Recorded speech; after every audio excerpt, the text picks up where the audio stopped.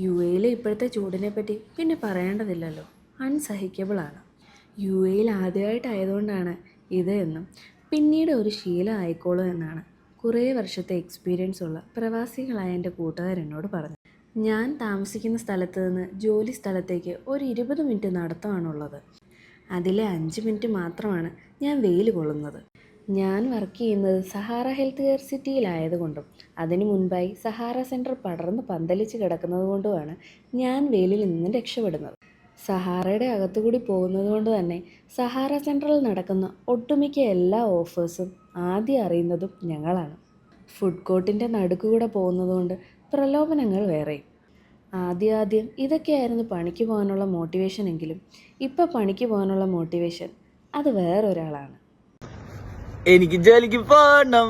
ഇതുപോലെ നിങ്ങൾക്കും പണിക്ക് പോകാനുള്ള മോട്ടിവേഷൻ ആരാണെന്നും എന്താണെന്നും ഒക്കെ കമൻറ്റ് ചെയ്യൂ.